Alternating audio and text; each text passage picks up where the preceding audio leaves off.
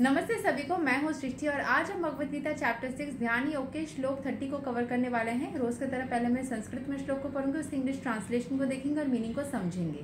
तो चलिए शुरू करते हैं। यो मम पश्यति सर्वत्र सर्वं च मयि पश्यति तस्याहं न प्रणश्यामि स च मे न प्रणश्यति।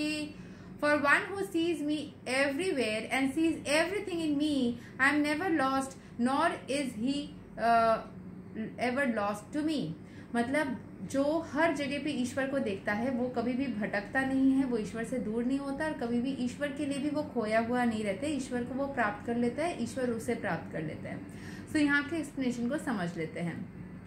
A person in Krishna consciousness certainly sees Lord Krishna everywhere and he sees everything in Lord Krishna. Such a person may appear to see all separate manifestations of the material nature, but in each and every instance he is conscious of Krishna, knowing that everything is a manifestation of Krishna's energy. Nothing can exist without Krishna, and Krishna is the Lord of everything. This is the basic principle of Krishna consciousness. Krishna consciousness is the development of love for Krishna, a position of transcendental even to material liberation. हर जगह जैसे हम किसी से प्यार करते हैं तो हर जगह फिर वही दिखता है, हर जगह सिर्फ वही दिखता है। सो ये प्रेम से वो चीज़ को लाना, जबरदस्ती नहीं, नेचुरली वो चीज़ को लाना। हर जगह आपको सिर्फ कृष्ण दिखेगा, हर जगह जिससे आप प्यार करते हो हर जगह वो दिखता है ना।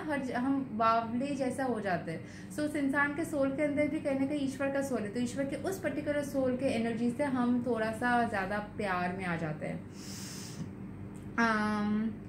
Krishna consciousness at this stage of Krishna consciousness, beyond self-realization, the devotee becomes one with Krishna in the sense that Krishna becomes everything for the devotee and the devotee becomes full in loving Krishna. An intimate relationship between the Lord and the devotee then exists. In that stage, the living entity can never be annihilated, nor is the personality of Godhead ever out of the sight of the devotee. So उस particular state में devotee को कभी भी भगवान से अलग नहीं किया जा सकता, उसके ऊपर कोई तंत्र मंत्र नहीं चलते, उसको कभी भी नेगेटिव नहीं कहा जा सकता क्योंकि वो ईश्वर के पास खुद को समर्पित कर चुका है। सो वही एनर्जी हमेशा उसको प्रोटेक्ट करती है एंड उसके आसपास रहती है। To merge in Krishna is spiritual annihilation, devotee takes no such risk. It is stated in the Brahma Samhita, Preman Jnana Churita Bhakti Vilochanena Santah Sadaiva Hridayasu Vilokayanti Yam Syama Sundaram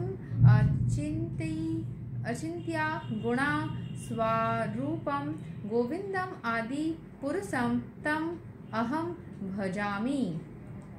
सो यहाँ पे जो spiritual annihilation बोला है ना, सो इसको मैं एक बार check कर रही हूँ। स्पिरिचुअल एनिहिलेशन मतलब स्पिरिचुअली डिस्ट्रक्शन में जाना। So to merge with Krishna is spiritual annihilation. Krishna के साथ में मर्ज हो जाना तो अच्छा चीज़ है। पूरी तरीके से अगर हम कृष्ण से जुड़ जाते हैं, यहाँ पे पढ़ते हैं, I worship the primeval Lord Govinda who is always seen by the devotee whose eyes are anointed with the pulp of love.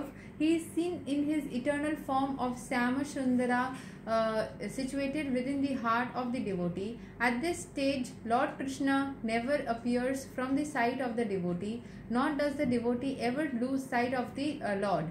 In the case of a yogi who sees the Lord as Paramatma within the heart, the same applies. Such a yogi turns into a pure devotee and cannot bear to live for a moment without seeing the Lord within himself.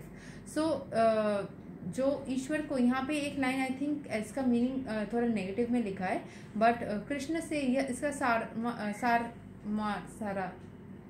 सारांश, इसका brief यही होता है कि जो इंसान पूरी तरीके से ईश्वर से प्रेम करता है वो एक सेकंड के लिए भी भगवान से दूर नहीं रह सकता। वो पूरी तरीके से ईश्वर में मतलब डूब जाता है एंड ये नेचुरली होता है, ज़बरदस्ती नहीं। ठीक है, ईश्वर से अगर वो पूरी तरीके से एक हो जाता है तो कभी भी उसकी कोई डिस्ट्रक्शन नहीं हो सकती, उसका कभी भी गलत नहीं हो सकता एंड हमेशा वो प्रोटेक्टेड भी रहता है।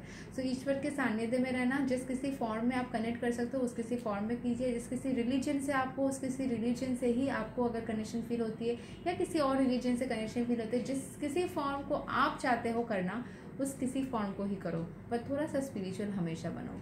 ये था श्लोक number 30 of Bhagavad Gita chapter 6 Dhyana yoga. अगले वीडियो में हम श्लोक 31 को कवर करेंगे। तब तक के लिए हरे कृष्ण, राधे राधे, जय श्री राम।